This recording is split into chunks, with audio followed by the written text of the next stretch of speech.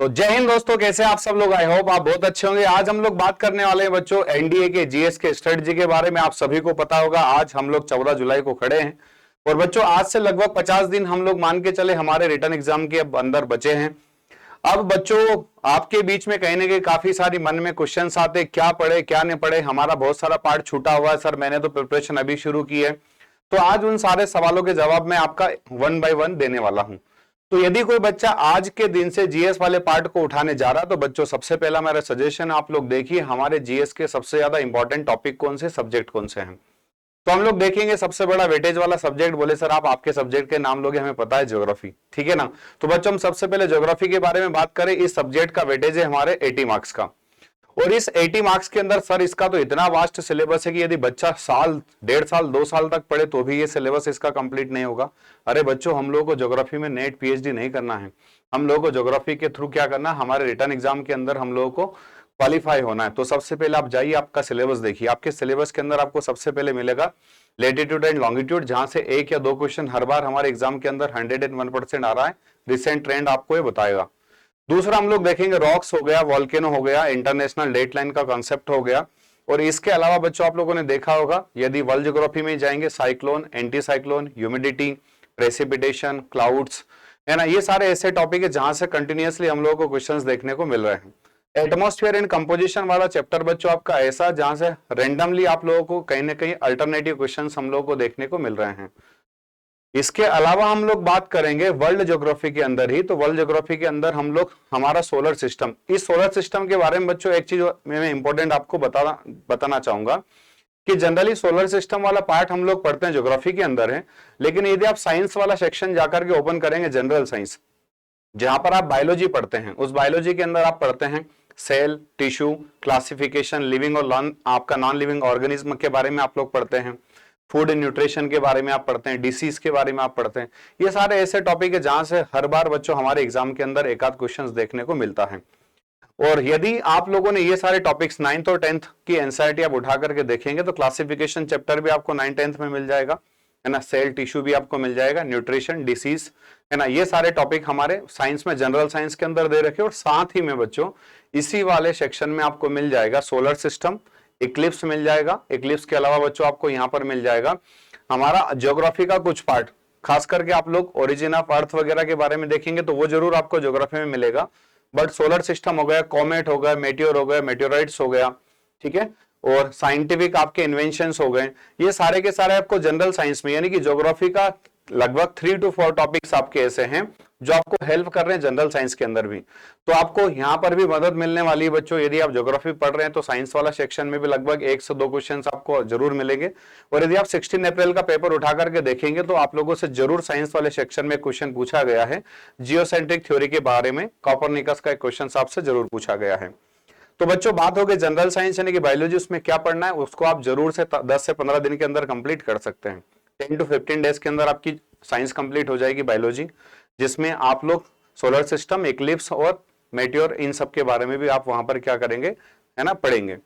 अब बात होगी ज्योग्राफी। सर ज्योग्राफी को मोटा मोटा हम कितना दिन पढ़े। यदि मैं पहले दिन से पढ़ना शुरू कर रहा हूं आज तो क्या करना चाहिए। तो बच्चों सबसे पहले फोर्स एनडीए के चैनल पर आप जाइए, वहां पर प्ले लिस्ट में आप देखिए 25 वीडियो लेक्चर्स आपको मिलेंगे वर्ल्ड ज्योग्राफी के, जो मेरे स्वयं के द्वारा पढ़ाए गए हैं। उन वीडियो की विशेषता है कि उनके अंदर मैंने पीवाईक्यू भी सॉल्व करवा रखा है। तो आप उन 25 वीडियो को यदि आप देख लेते तो लगभग वर्ल्ड ज्योग्राफी का लगभग 70 to 80% पार्ट आपका कंप्लीट हो जाता है। और वर्ल्ड ज्योग्राफी का आपने 70 to 80% पार्ट कंप्लीट कर लिया, यानी कि आपका ज्योग्राफी का लगभग 60% वेटेज आपने कवर कर लिया है, ठीक है। अब रही बात इंडियन ज्योग्राफी की, तो इंडियन ज्योग्राफी में क्या पढ़ना है। तो इंडियन ज्योग्राफी में इंट्रोडक्शन पढ़ना है, फिजियोग्राफी पढ़ना है, वेजिटेशन, क्लाइमेट, सॉइल्स और ट्रांसपोर्टेशन। और कभी कभार बच्चों हमारा सेंसस और टाइप से भी क्वेश्चंस पूछ लिया जाता है। रिवर, उसके किनारे लोकेटेड सिटीज, ये सारे ऐसे टॉपिक है जहां से रेंडमली, है ना, अल्टरनेटिव हमारे एग्जाम के अंदर क्वेश्चन पूछे जाते हैं। तो कहीं ना कहीं 5 to 6 टॉपिक्स तो आप कंप्लीट करके जाइए सही बच्चों। आप इंडियन ज्योग्राफी को बिल्कुल ब्लैंक के छोड़ करके मत जाइए, है ना। क्यों? क्योंकि ट्रांसपोर्टेशन से आप देखेंगे 16 अप्रैल वाले पेपर में आपको 2 क्वेश्चन मिलेंगे। और यदि उसके पहले आप यदि सितंबर में जाएंगे तो बच्चों 4 क्वेश्चन आपको अकेले ट्रांसपोर्टेशन से मिल जाएंगे। वेदरिंग, इरोजन और लैंडफॉर्म्स वाला जो टॉपिक हमारा वर्ल्ड ज्योग्राफी का रिसेंट ट्रेंड में काफी चर्चाओं में है ना। विंड्स और ओशन करंट काफी चर्चाओं में, हर बार यहाँ से क्वेश्चन देखने को मिल रहा है। तो आप अपने ज्योग्राफी के सिलेबस को उठाइए, उसमें जो जो आपको पॉइंट टू पॉइंट आपको क्या दे रखे हैं, वर्ल्ड ज्योग्राफी के टॉपिक दे रखे हैं, उनको आप उस प्ले लिस्ट से जाकर के पढ़ लीजिए। ठीक है, मुझे लगता है लगभग 1 महीने के अंदर आप आराम से वर्ल्ड ज्योग्राफी के साथ में इंडियन ज्योग्राफी कंप्लीट कर लेंगे। यदि आपने पर डे 1 टॉपिक भी आपने अपना टारगेट रखा है तो आप 30 डेज में 30 टॉपिक आप कंप्लीट इजीली कर सकते हैं। और यदि आप इतना कर लेते तो मुझे पूरा यकीन है आप ज्योग्राफी के अंदर मोर देन 70 या 80% मार्क्स आप गेन कर सकते हैं। ठीक है बच्चों, साइंस की बात हो गई, ज्योग्राफी की बात होगी, अब हम पहुंचते हैं हिस्ट्री पर। तो हिस्ट्री में आपने देखा होगा मॉडर्न हिस्ट्री से कहीं ना कहीं क्रोनोलॉजिकल ऑर्डर वाला 1 या 2 क्वेश्चन हम लोगों को देखने को मिलता है।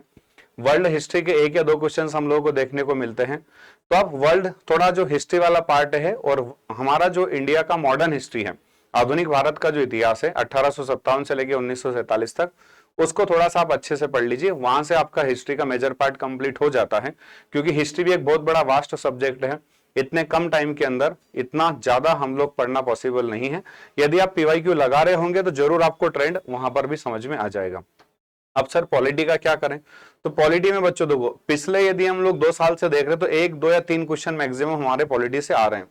तो यदि आपने पॉलिटी अभी तक नहीं पढ़ा है तो पॉलिटी के वो सारे टॉपिक्स, खास करके आपने पार्लियामेंट हो गया, प्रेसिडेंट हो गया और कॉन्स्टिट्यूशन मेकिंग हो गया, ये 2-4 टॉपिक ऐसे जहां से लगातार कंटिन्यूअसली क्वेश्चंस हमारे एग्जाम के अंदर पूछे जा रहे हैं। ठीक है, तो ये कुछ टॉपिक पढ़ करके हम एग्जाम के अंदर अपेयर हो सकते हैं। इकोनॉमिक्स की बात करें तो इकोनॉमिक्स में क्या हमारी स्ट्रेटजी रहेगी? इकोनॉमिक्स में यदि ज्यादातर आप देखेंगे तो रिसेंट जो आपके रैंक जो रिलीज होते हैं, इंडेक्स वगैरह जो जारी होते हैं, उनसे रिलेटेड एक आध क्वेश्चन पूछ लिया जाता है। और यदि हम आगे डिस्कशन करेंगे तो 5 ईयर प्लान के पीछे ज्यादातर यूपीएससी एनडीए में पड़ता है, तो आप जरूर 5 ईयर प्लान पढ़ लें, है ना। 5 ईयर प्लान खैर अभी हम लोग देखेंगे, आजकल उसकी जगह हम लोग नीति आयोग को लेकर के आ गए हैं, तो अब वो हमारे पार्ट में नहीं है रेगुलर, लेकिन फिर भी यहाँ से क्वेश्चन यूपीएससी जनरली पूछा जाता है और पूछा जाता भी रहा है। यदि इकोनॉमिक्स में क्वेश्चन पूछ रहा है तो वहां उस पार्ट को जरूर टच करता है। तो बच्चों ये हो गया हमारा हिस्ट्री, ज्योग्राफी, पॉलिटी और इकोनॉमिक्स। ठीक है, अब साइंस, जनरल साइंस की भी हमारी बात हो गई। जनरल साइंस में हमें क्या करना है, खास करके 9th-10th एनसीईआरटी को अच्छे से फोकस कर लेना है, क्योंकि यदि आप बायोलॉजी में ज्यादा से ज्यादा क्वेश्चंस बना रहे हैं तो वो आपके लिए बेनिफिशियल है और बोनस है ना। इससे आपका स्कोर इजीली टच कर जाएगा 350-400, और यदि आप इतना स्कोर कर रहे हैं तो आप बहुत सेफ जोन में होंगे, लास्ट तक आपकी मेरिट लिस्ट में बाहर होने की कोई संभावना आपकी नहीं होगी।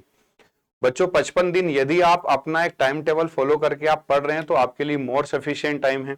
यदि आप रेगुलर पढ़ रहे हैं, एक टाइम टेबल बना करके आपने आपका शेड्यूल बना करके प्रिपरेशन शुरू किया है, तो जरूर इन 55 दिन के अंदर 55 डेज के अंदर भी आपका एनडीए रिटर्न निकल सकता है ना। क्योंकि मैथमेटिक्स आप ऑलरेडी बहुत लंबे टाइम से पढ़ रहे हैं, है ना। मुझे उम्मीद है मैथमेटिक्स के अंदर आप सब बच्चों का काफी अच्छा स्कोर हो रहा होगा। आप जीएटी में भी चिंता मत कीजिए, है ना। इंग्लिश ऑलरेडी आपका लग रहा है सर शाम को डेली 7 से 8 आपका प्रैक्टिस करवा रहे हैं। ठीक है, तो इसी तरह की हम लोग स्ट्रेटजी वीडियो के साथ में मिलेंगे। एक दिन में स्पेशली ज्योग्राफी का वो सारा पार्ट लेकर के आऊंगा आपके लिए, जहां यूपीएससी हर बार एनडीए में उन टॉपिक्स को टारगेट करती है, और मैं आपको वो सारे टॉपिक्स विथ, है ना, प्रूफ में दिखाऊंगा कि देखो 2016 से लेकर 2023 तक यूपीएससी ने किस ट्रेंड के साथ में ज्योग्राफी को कवर किया है। ठीक है, मिलेंगे एक नए वीडियो लेक्चर के साथ में, तब तक के लिए आप सभी बच्चों के लिए जय हिंद, जय भारत, वंदे मातरम।